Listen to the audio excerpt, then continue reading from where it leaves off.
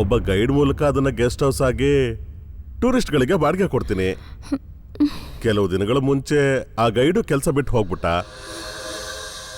ಅದರ ನಂತರ ನೋಡ್ಕೊಳಕ್ ಜನ ಇಲ್ದೆ ನಿಮ್ ತಂದೆಯವ್ರಿಗೆ ಕಡಿಮೆ ಬೆಲೆಗೆ ಮಾರ್ದೆ. ಅಷ್ಟೇ, ಹಿಸ್ಟ್ರಿ ಓವರ್. ನಾನು ಈ ಕತೆ ಎಲ್ಲ ಕೇಳಕ್ ಇಲ್ಲಿ ಬಂದಿಲ್ಲ. ಅದರ ರಹಸ್ಯ ಏನು ಅಂತ ತಿಳ್ಕೊಳಕ್ಕೆ ನಾನು ಇಲ್ಲಿಗೆ ಬಂದಿದ್ದೀನಿ. ಏನ್ ರಹಸ್ಯ? What are you talking my young lady? ಆ ಮನೆಯಲ್ಲಿ ಏನೋ ದೆವ್ವ ಇದೆ ಅಂತ ಹೇಳ್ತಾರಲ್ವಾ, ಅದ್ ನಿಮಗ್ ಗೊತ್ತಾ? ಹಾಗಂದ್ರೆ ನೀನು ಈ ದೆವ್ವ ಕಟ್ಕತೆ ಎಲ್ಲ ನಂಬ್ತೀಯಾ? ನನ್ನ ವಾಚ್ಮೆನ್ ಹೇಳಿದ್ ಕೂಡ ನಂಬಿಲ್ಲ. ಆದ್ರೆ ಆ ಬಿಲ್ಡಿಂಗ್ ಅಲ್ಲಿ ವಿಚಿತ್ರವಾಗಿ ನಡೀತಾ ಇದೆ. ಅದೆಲ್ಲ ಏನು ಅಂತ ಅರ್ಥ ಆಗ್ತಿಲ್ಲ. Do you know how ridiculous you are sounding? ಈ ವಿಷಯನ ನೀನು ಹೊರಗಡೆ ಎಲ್ಲಾದ್ರೂ ಹೇಳಿದ್ರೆ ನೀನೊಬ್ಳು ಓದ್ದೇ ಇರೋ ಮುಟ್ಟಾಳಿ ಅಂತ ಹೇಳ್ತಾರೆ.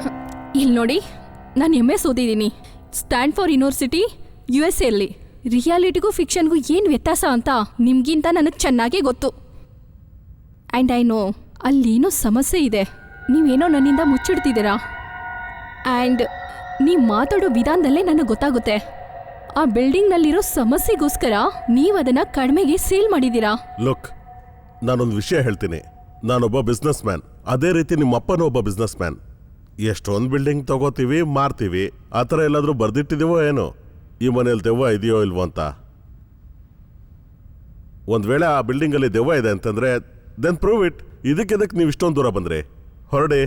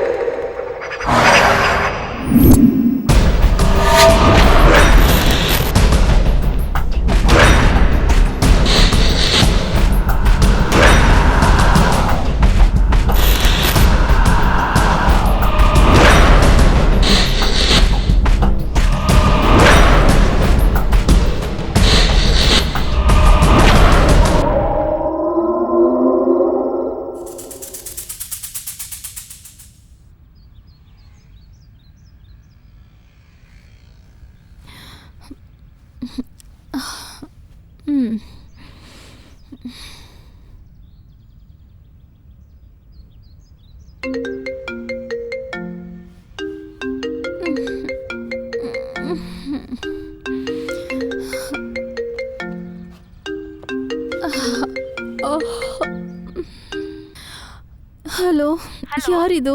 ಹೇ ನಾನ್ ರೀತು ಕಣೆ. ಹೇ ಹಾಯ್, ಹೇಗಿದೆಯಾ ನೀನು? ಹಾ ನಾನ್ ಚೆನ್ನಾಗಿದ್ದೀನಿ, ನೀನ್ ಹೇಗಿದ್ಯಾ? Fine fine. ಏನೇ ನಮ್ಮೂರಕ್ ಬಂದಿದ್ಯಾ, ಹೇಳಲೇ ಇಲ್ಲ ನೀನು? ಹೌದು, ಡ್ಯಾಡಿ ಬಿಸ್ನೆಸ್ಗೋಸ್ಕರ ಬಂದಿದ್ದೀನಿ.